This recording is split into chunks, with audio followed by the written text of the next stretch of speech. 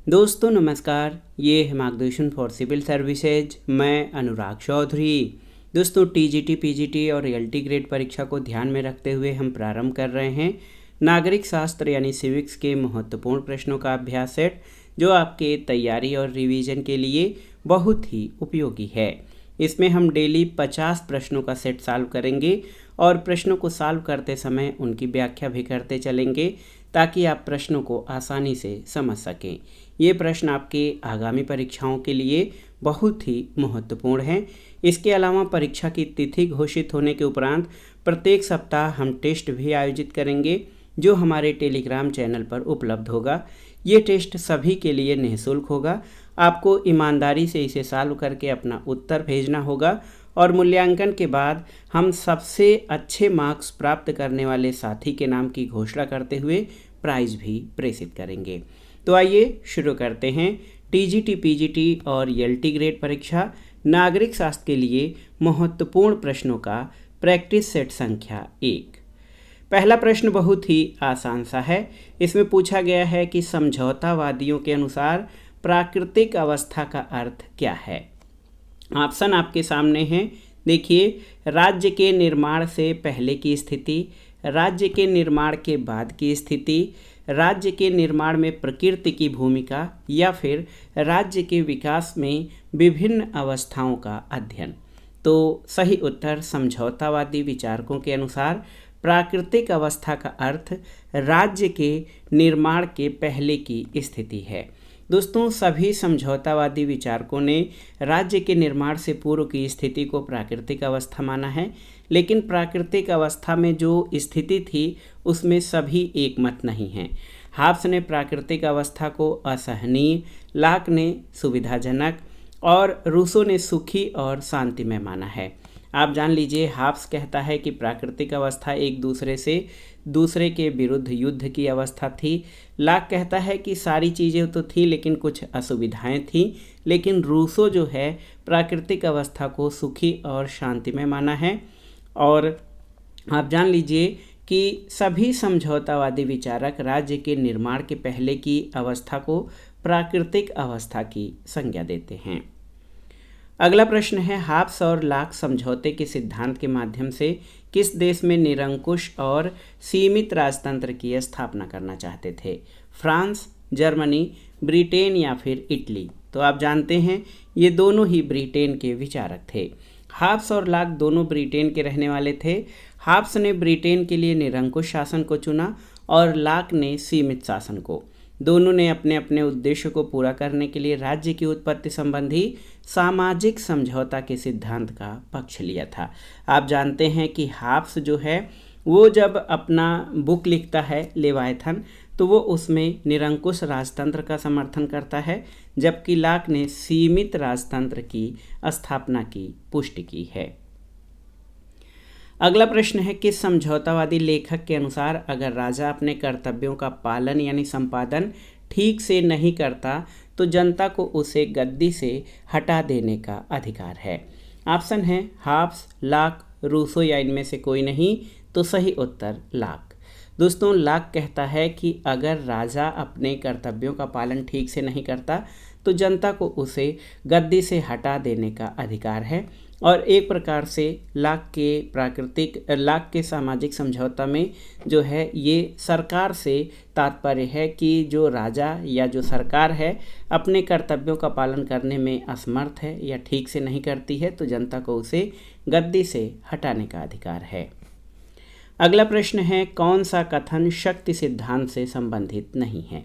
देखिए, 4 कथन दिए गए हैं। इसमें से आपको बताना है कि कौन सा सिद्धांत जो है वो शक्ति सिद्धांत से संबंधित नहीं है। पहला है, राज्य बलवानों द्वारा निर्बलों पर आधिपत्य का परिणाम है। दूसरा है, युद्ध राजा को पैदा करता है। तीसरा है, राज्य का आधार इच्छा है शक्ति नहीं, या फिर शक्ति ही न्याय है। तो यहाँ पर आप देख सकते हैं जो कथन सी है, राज्य का आधार इच्छा है शक्ति नहीं, ये शक्ति सिद्धांत से संबंधित नहीं है। दोस्तों, शक्ति सिद्धांत के जो भी समर्थक हैं वो राज्य की उत्पत्ति का कारण शक्ति या बल प्रयोग को मानते हैं, लेकिन दोस्तों शक्ति को राज्य का आधार मान लेना पूरी तरह से सही नहीं है। और जो ये कथन है राज्य का आधार इच्छा है शक्ति नहीं, ये टी.एच. ग्रीन का कथन है। ग्रीन आदर्शवादी विचारक है, उसने शक्ति की बात नहीं की है। आप जान लीजिए वो राज्य का आधार इच्छा को मानता है, शक्ति को नहीं। अगला प्रश्न है कि राज्य की उत्पत्ति के संबंध में सामान्य इच्छा या जनरल विल सिद्धांत के प्रतिपादक कौन हैं? तो आप सभी जानते हैं सामान्य इच्छा का सिद्धांत रूसो ने प्रस्तुत किया है। अगला प्रश्न है किस आधुनिक राजनीतिक विचारक ने राज्य को केंद्रीय स्थान प्रदान कर राज्य में समाज की सार्वभौम सत्ता निहित कर दिया? बोदा, रूसो, मैकियावेली या ग्रीन? तो ये प्रश्न बहुत ही ध्यान से पढ़िएगा। किस आधुनिक राजनीतिक विचारक ने राज्य को केंद्रीय स्थान प्रदान कर राज्य में समाज की सार्वभौम सत्ता निहित किया? तो ये सही उत्तर मैकियावेली हो जाएगा। और मैकियावेली के संबंध में एक और प्रश्न आता है कि किस विचारक ने सबसे पहले आधुनिक अर्थों में या आधुनिक समय में सबसे पहले राज्य को जो है वो रूप प्रदान किया जिस रूप में राज्य आज है? तो इसका उत्तर भी मैकियावेली होता है। अगला प्रश्न है अमेरिकन पॉलिटिकल साइंस एसोसिएशन की स्थापना कब हुई थी? बहुत ही महत्वपूर्ण प्रश्न है। आप देख सकते हैं दोस्तों कि अमेरिकन पॉलिटिकल साइंस एसोसिएशन की स्थापना कब हुई थी? ऑप्शन है आपके 1930, 1914, 1903 या 1945 में। तो सही उत्तर क्या हो जाएगा? सही उत्तर वर्ष 1903 में, ऑप्शन सी। देखिए अमेरिकन पॉलिटिकल साइंस एसोसिएशन यानी APSA, इसका मिशन छात्रवृत्ति और शिक्षण में उत्कृष्टता और राजनीति, नीति और नागरिक भागीदारी के बारे में जो विभिन्न प्रकार का समर्थन है उसको प्रदान करना है। ये कई प्रकार के वार्षिक सम्मेलन आयोजित करता है जो विद्वानों और जो पेशेवर होते हैं उनको नेटवर्क बनाने और इस क्षेत्र में अपना कार्य बेहतर ढंग से करने के लिए प्रोत्साहित करता है। तो अमेरिकन पॉलिटिकल साइंस एसोसिएशन की स्थापना 1903 में हुई थी। अगला प्रश्न है किस विचारक ने राजनीति वैज्ञानिकों को कार्य सिद्धांत से परिचय कराया था? ऑप्शन है टालकोट, पार्सन्स, पुर्सविका, मार्क्स या मिचेल्स। तो सही उत्तर आपका हो जाएगा टालकाट पार्सन्स। यहाँ पर थोड़ा सा मिसप्रिंट है, टालकाट हो जाएगा, टालकाट पार्सन्स। दोस्तों याद रखिएगा राजनीति विचारकों को कार्य सिद्धांत से परिचय कराने वाले विचारक टालकाट पार्सन्स हैं। अगला प्रश्न है उत्तर व्यवहारवादी क्रांति ने राजनीति विज्ञान को, ऑप्शन देखिए, वैज्ञानिक बनाया, मूल्य युक्त बनाया, मूल्य विहीन बनाया या आर्थिक, सांस्कृतिक और सामाजिक संकटों के प्रति जागरूक बनाया? कौन सा सही उत्तर होगा? दोस्तों उत्तर व्यवहारवादी की बात नहीं की जा रही है। उत्तर व्यवहारवादी क्रांति ने राजनीति विज्ञान को आर्थिक, सांस्कृतिक और सामाजिक संकटों के प्रति जागरूक बनाया। दोस्तों परंपरागत राजनीति शास्त्र की अध्ययन शैली में जीवन की वास्तविकताओं का न्यायपूर्ण और स्पष्ट चित्र हमारे सामने नहीं रखा गया। व्यवहारवादी क्रांति का उदय परंपरागत राजनीति शास्त्र की अध्ययन शैली के जो उसके अंदर निराशापूर्ण परिणाम था उसके कारण हुई, और व्यवहारवादी क्रांति और उत्तर व्यवहारवादी क्रांति के जो परिणाम हुआ वो ये था कि राजनीति विज्ञान आर्थिक, सांस्कृतिक और सामाजिक संकटों के प्रति जागरूक हुआ। अगले प्रश्न पर आते हैं, कौन परंपरागत राजनीतिक विचारक नहीं है? आपको बताना है। यहाँ पर प्रश्न संख्या 10 है कि कौन परंपरागत राजनीतिक विचारक नहीं है? अरस्तु, मैकियावेली, लास्की या फिर ईस्टन? तो सही उत्तर क्या हो जाएगा? ईस्टन दोस्तों परंपरागत राजनीतिक विचारक नहीं है। व्यवहारवाद और उत्तर व्यवहारवाद के प्रतिपादन में या शुरुआत करने वालों में ईस्टन का नाम बहुत ही महत्वपूर्ण है। अगला प्रश्न है, इतिहास अतीत की घटनाओं, विकासों, उनके कारणों तथा पारस्परिक संबंधों का लेखा जोखा है, ये किसने कहा था? आपके सामने जो विचारक हैं गेटेल, गार्नर, ग्रीन या फिर लास्की? तो सही उत्तर ये कथन गार्नर का है। याद रखिएगा गार्नर महत्वपूर्ण राजनीतिक विचारक और लेखक हैं। ये कहते हैं कि इतिहास अतीत की घटनाओं, विकासों और उनके कारणों तथा पारस्परिक संबंधों का लेखा जोखा है। अगला प्रश्न है इतिहास और राजनीति शास्त्र में कैसा संबंध है? विरोधी का, पूरक का, वैकल्पिक या तटस्थता का? तो सही उत्तर पूरक, यानी इतिहास और राजनीति विज्ञान एक दूसरे के पूरक हैं। इतिहास बीती हुई राजनीति है और राजनीति वर्तमान इतिहास है। सीले का कथन है कि राजनीति के बिना इतिहास निष्फल है, इतिहास के बिना राजनीति निर्मूल है, और इतिहास राजनीति विज्ञान को वो तथ्य देता है जिसके आधार पर राजनीति विज्ञान विकसित होता है, और राजनीति इतिहास को विकसित क्षेत्र प्रदान करती है। इसलिए दोनों को एक दूसरे का पूरक माना गया है। एक और प्रश्न है आसान सा कि राजनीति शास्त्र से समाज शास्त्र का संबंध कैसा है? समसामयिक, अधिक प्राचीन, दोनों है या दोनों में से कोई नहीं? तो सही उत्तर आप जान लीजिए कि राजनीति शास्त्र से समाजशास्त्र का संबंध अधिक प्राचीन है। ऑप्शन बी आपका सही उत्तर है। दोस्तों, पुराने समय में राज्य आज्य की तरह राजनीतिक संस्था की अपेक्षा सामाजिक संस्था अधिक था। एक लेखक हैं प्रोफेसर गिडिंग्स, उन्होंने कहा है कि उन लोगों को राज्य सिद्धांत सिखाना जिन्होंने समाजशास्त्र के प्राथमिक सिद्धांतों का भी ज्ञान प्राप्त नहीं किया वैसा ही है जैसा उन लोगों को ज्योतिष या थर्मोडायनेमिक्स की शिक्षा देना जिन्हें न्यूटन के गति सिद्धांत का ज्ञान न हो। तो याद रखिए कि राजनीति विज्ञान और समाजशास्त्र में प्राचीनतम या अधिक प्राचीन संबंध है। अगला प्रश्न है अर्थशास्त्र के रचयिता कौन थे? तो बहुत ही आसान सा प्रश्न है, आप जानते हैं चाणक्य या विष्णु शर्मा कौटिल्य जो हैं ये अर्थशास्त्र के रचयिता हैं। और आप जानते हैं कि अर्थशास्त्र प्राचीन भारत के राजनीति और कूटनीति कला या शासन कला पर आधारित महत्वपूर्ण पुस्तक है। अगला प्रश्न है अर्थशास्त्र कैसा विज्ञान है? अनुभववादी, वर्णनात्मक, आदर्शात्मक या इनमें से कोई नहीं? तो सही उत्तर अर्थशास्त्र वर्णनात्मक विज्ञान है।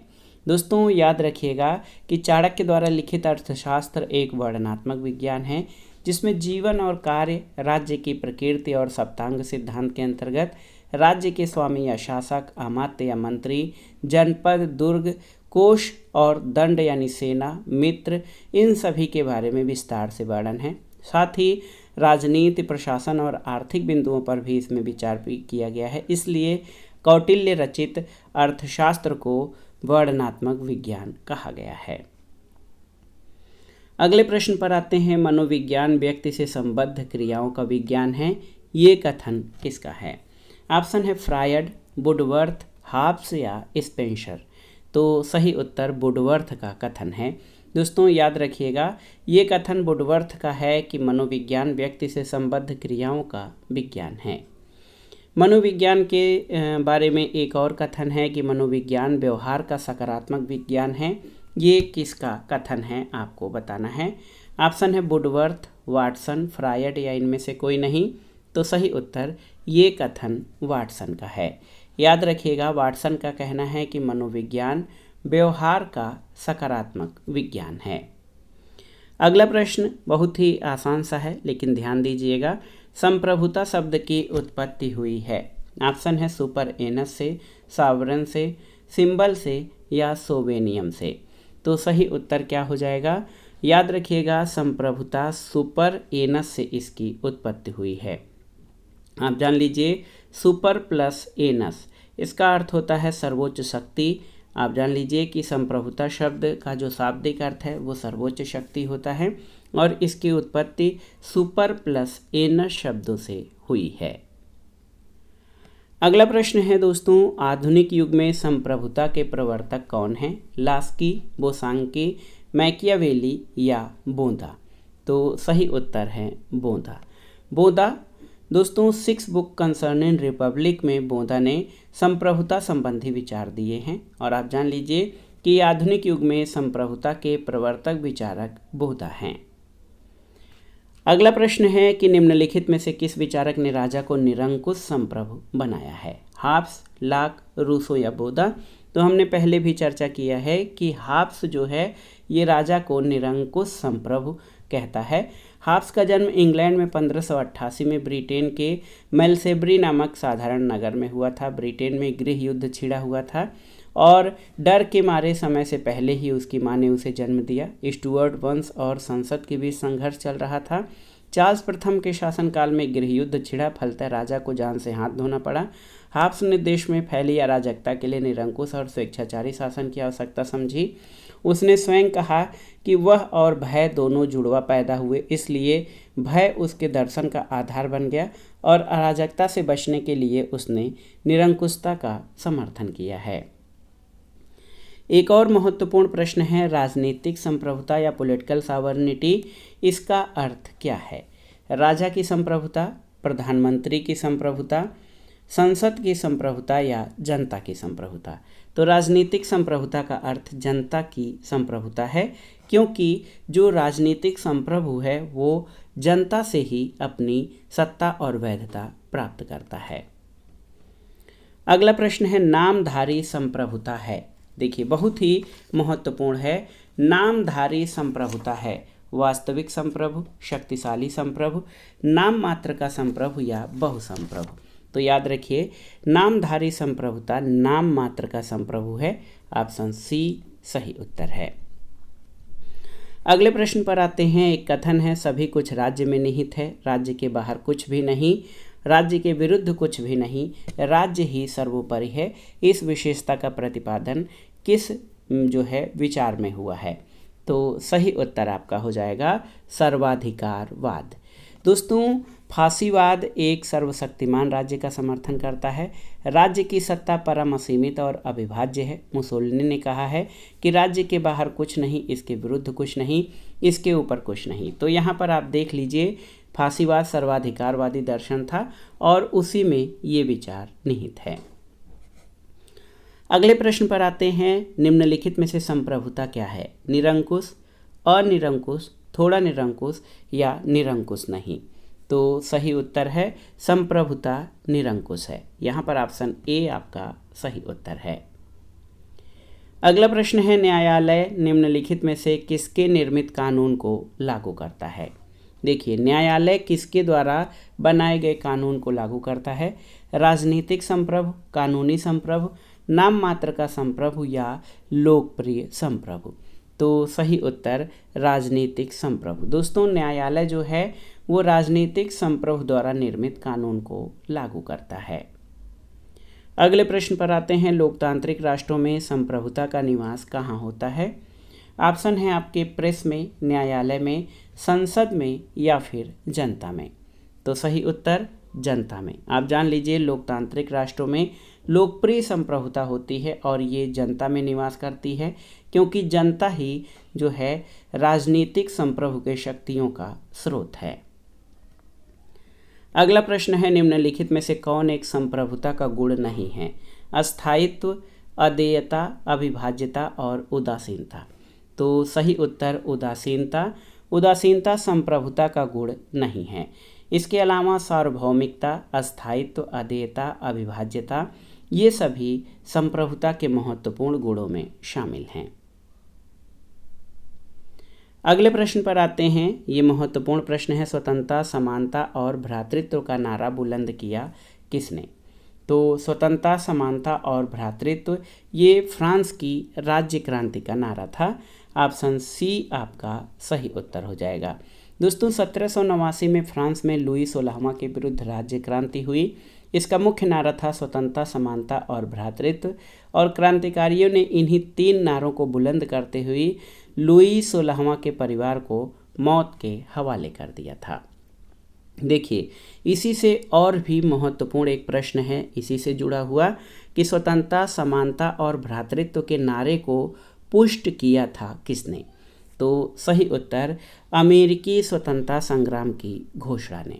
दोस्तों याद कर लीजिए अमेरिकी स्वतंत्रता संग्राम की घोषणा ने स्वतंत्रता, समानता और भ्रातृत्व के नारे को पुष्ट किया था। अगला प्रश्न है स्वतंत्रता का अर्थ बंधनों का अभाव नहीं बल्कि व्यक्तित्व का विकास होता है।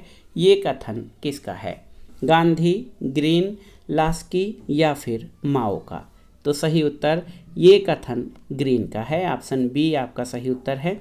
दोस्तों स्वतंत्रता लिबर्टी का हिंदी रूपांतरण है और लिबर्टी जो है लैटिन भाषा के लाइबर या लिबर शब्द से निकला है। इसका अर्थ होता है बंधनहीनता, लेकिन उत्पत्ति की दृष्टि से प्रचलित इस अर्थ को स्वीकार नहीं किया गया है। 1789 की मानवीय अधिकार घोषणा पत्र में कहा गया कि स्वतंत्रता वो सब कुछ करने की शक्ति का नाम है जिसमें दूसरे व्यक्तियों को आघात न पहुँचे। ग्रीन के शब्दों में स्वतंत्रता वो करने की जो करने योग्य है अथवा उपभोग करने की जो उपभोग करने योग्य है एक सकारात्मक शक्ति है। और ग्रीन ने ये भी कहा है कि स्वतंत्रता का अर्थ व्यक्तित्व का विकास है। अगले प्रश्न पर आते हैं, नकारात्मक स्वतंत्रता का अर्थ क्या है। ऑप्शन है बिना बंधनों की स्वतंत्रता, कुछ बंधनों के साथ स्वतंत्रता, कुछ बंधनों के साथ, बहुत बंधनों के साथ स्वतंत्रता या बंधनों के साथ स्वतंत्रता। तो सही उत्तर नकारात्मक स्वतंत्रता का अर्थ है बिना बंधनों के स्वतंत्रता, यानी स्वतंत्रता का अर्थ ये है कि बंधनहीनता या बंधनों का अभाव। तो ये नकारात्मक स्वतंत्रता का आशय है। अगले प्रश्न पर आते हैं, सकारात्मक स्वतंत्रता का अर्थ क्या है। तो आप जान लीजिए, सकारात्मक स्वतंत्रता वो है जिसमें कुछ बंधनों के साथ स्वतंत्रता दी जाती है। कुछ बंधन ऐसे कि हमारी स्वतंत्रता तभी स्वतंत्रता कही जाएगी जब हमारे स्वतंत्रता से किसी अन्य व्यक्ति के स्वतंत्रता में कोई बाधा न पहुँचे या अन्य व्यक्तियों की भी स्वतंत्रता जो है आवश्यक हो। हमारे स्वतंत्रता में कुछ बंधन या कुछ ऐसी चीज़ें कुछ आरोपित होनी चाहिए जिसे हम अन्य के अधिकारों और स्वतंत्रता में बाधा न उत्पन्न करें। तो याद रखिएगा, सकारात्मक स्वतंत्रता कुछ बंधनों के साथ स्वतंत्रता होती है। अगला प्रश्न है, राज्य के अस्तित्व के पहले वाली स्वतंत्रता को कहा जाता था क्या।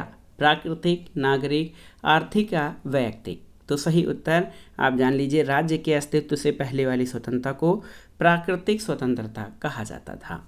प्राकृतिक स्वतंत्रता से तात्पर्य ऐसी स्वतंत्रता से है जिसका अस्तित्व राज्य के निर्माण के पहले जो है कल्पना किया गया है। इसका एक अर्थ ये है कि जो स्वतंत्रता मनुष्य को जंगली अवस्था में थी वही प्राकृतिक स्वतंत्रता है।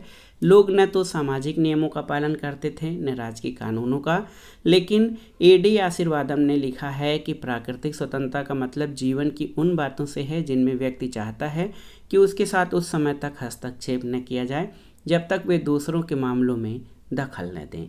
तो याद रखिएगा, राज्य के अस्तित्व के पहले वाली स्वतंत्रता को प्राकृतिक स्वतंत्रता कहा गया है। अगला प्रश्न है दोस्तों, राज्य द्वारा उत्पादित और संरक्षित अधिकारों को कहते हैं क्या। नागरिक स्वतंत्रता, राजनीतिक स्वतंत्रता, आर्थिक स्वतंत्रता या वैयक्तिक स्वतंत्रता। तो सही उत्तर नागरिक स्वतंत्रता। दोस्तों आप जानते हैं कि राज्य की उत्पत्ति से पूर्व जो स्वतंत्रता थी उसको प्राकृतिक स्वतंत्रता कहा जाता है, लेकिन राज्य निर्माण के बाद राज्य द्वारा उत्पादित या राज्य द्वारा बनाई गई और संरक्षित की जाने वाले अधिकारों को नागरिक स्वतंत्रता कहते हैं। नागरिक स्वतंत्रता का अभिप्राय व्यक्ति की उन स्वतंत्रताओं से है जो वह राज्य का सदस्य होने के नाते प्राप्त करता है, और ये स्वतंत्रता असीमित या निरंकुश नहीं हो सकती। इसका स्रोत राज्य की कानून होता है। अगला प्रश्न बहुत ही आसान सा है, आप सभी जानते होंगे। किसका कथन है, man is born free but everywhere he is in chain. तो ये कथन किसका है, ये रूसो का कथन है कि व्यक्ति स्वतंत्र पैदा होता है लेकिन हर जगह वह बेड़ियों में जकड़ा होता है। अगला प्रश्न है, राजनीतिक व्यवस्था या पॉलिटिकल सिस्टम का व्यवहारिक महत्व घटता जा रहा है, क्यों। ऑप्शन है, ये व्यापक और आसान हो गई है, ये परिष्कृत और सुगम हो गई है, यह अव्यवस्थित और आधारहीन हो गई है, और ये गैर सामाजिक और अनैतिक हो गई है। तो सही उत्तर राजनीतिक व्यवस्था का व्यवहारिक महत्व घटता जा रहा है क्योंकि ये परिष्कृत और सुगम हो गई है।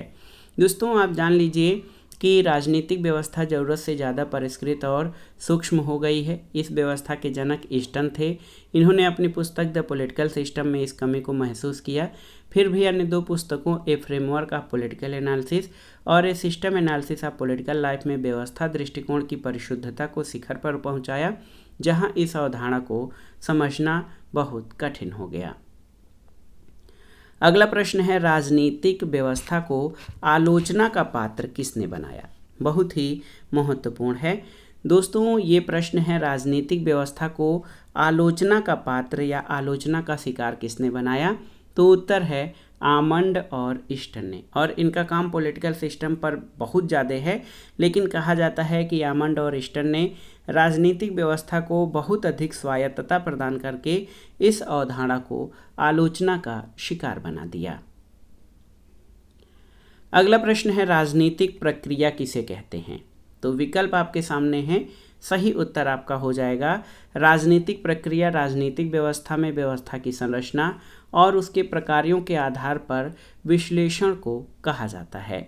दोस्तों याद रखिएगा, राजनीतिक प्रक्रिया के द्वारा राजनीतिक समाज में मांगें उठती हैं। इन मांगों के संदर्भ में समुचित विचार करके व्यवस्था निर्णयों के रूप में उसे रूपांतरित करती है। राजनीतिक स्तर पर इस प्रक्रिया को राजनीतिक प्रक्रिया कहा जाता है। अगला प्रश्न है, देखिए व्यवस्था सिस्टम थियरी से संबंधित है कि निवेशन, निर्गतन, दृष्टिकोण आंकड़ों का संगठन करने, उनकी संकल्पना करने, उन्हें संहिताबद्ध बनाने और उसके जोड़ तोड़ का एक ढांचा है। ये कथन किसका है? आमंड का, ईस्टन का, स्पाइरो का या फिर O.R. यंग का? तो सही उत्तर ये O.R. यंग का कथन है कि निवेशन, निर्गतन, दृष्टिकोण आंकड़ों का संगठन करने, उनकी संकल्पना करने, उन्हें संहिताबद्ध करने और उसके जोड़ तोड़ का एक ढांचा है। अगला प्रश्न है, इनपुट आउटपुट अप्रोच यानी निवेश निर्गतन दृष्टिकोण व्यवस्था के अस्थायित्व को कायम रखने के लिए परिवर्तन की किस प्रक्रिया की व्यवस्था करता है? तो सही उत्तर आपका हो जाएगा दोस्तों शांतिपूर्ण और क्रमिक परिवर्तन की प्रक्रिया का। निवेशन निर्गतन दृष्टिकोण व्यवस्था के अस्थायित्व को कायम रखने के लिए परिवर्तन की शांतिपूर्ण और क्रमिक परिवर्तन की प्रक्रिया की व्यवस्था करता है। अगले प्रश्न पर आते हैं, कौन से राजनीति शास्त्री ने तुलनात्मक राजनीति के अध्ययन के लिए सबसे पहले निवेशन निर्गतन दृष्टिकोण का उपयोग किया था? ऑप्शन है Almond, David Easton, O.R. Young या स्पाइरो। तो सही उत्तर क्या हो जाएगा? David Easton. दोस्तों याद रखिएगा, डेविड ईस्टन ने सबसे पहले तुलनात्मक राजनीति के अध्ययन के लिए इनपुट आउटपुट अप्रोच पद्धति का प्रयोग किया।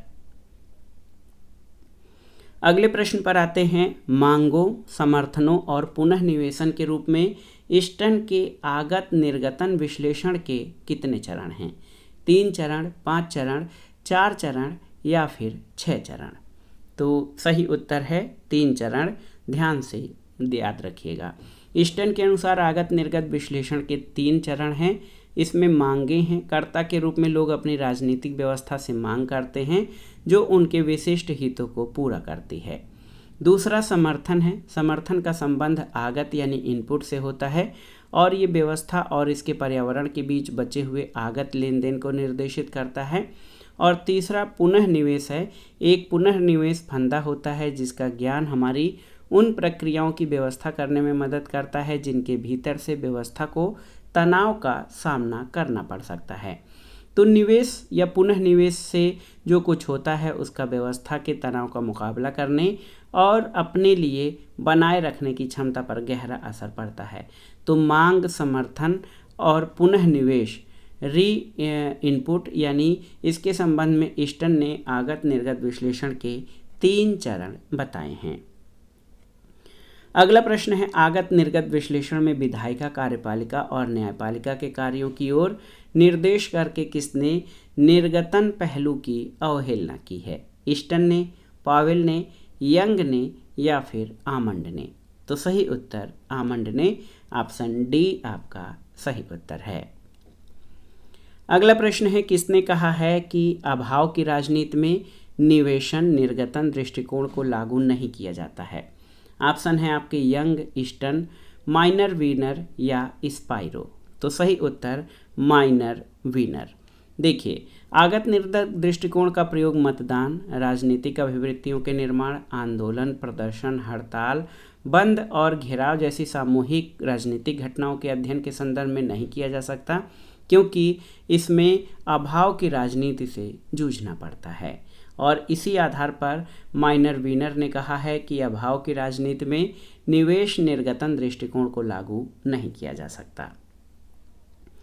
अगले प्रश्न पर आते हैं, राजनीति विज्ञान में तुलनात्मक राजनीति का अध्ययन जो द्वितीय विश्व युद्ध के बाद प्रारंभ हुआ उसे कहते हैं आधुनिक दृष्टिकोण, जिसके अंतर्गत कुल कितने दृष्टिकोण अपनाए जाते हैं? 4, 5, 6 या 7? तो सही उत्तर 6 दृष्टिकोण। अगले प्रश्न पर आते हैं। सूची 1 का सूची 2 से सुमेलन करिए और दिए गए कोड से सही उत्तर का चयन करिए। ईस्टर्न, तो ईस्टर्न का पॉलिटिकल सिस्टम या राजनीतिक व्यवस्था दृष्टिकोण है। आमंड का संरचनात्मक कार्यात्मक दृष्टिकोण है। मार्क्स और लेनिन का मार्क्सवादी लेनिनवादी दृष्टिकोण है। और एडवर्ड सिल्स, इन्होंने राजनीतिक आधुनिकीकरण के संबंध में अपने सिद्धांत और विचार दिए हैं। तो सही उत्तर 2, 3, 4, 1 ऑप्शन बी आपका सही सुमेलन है।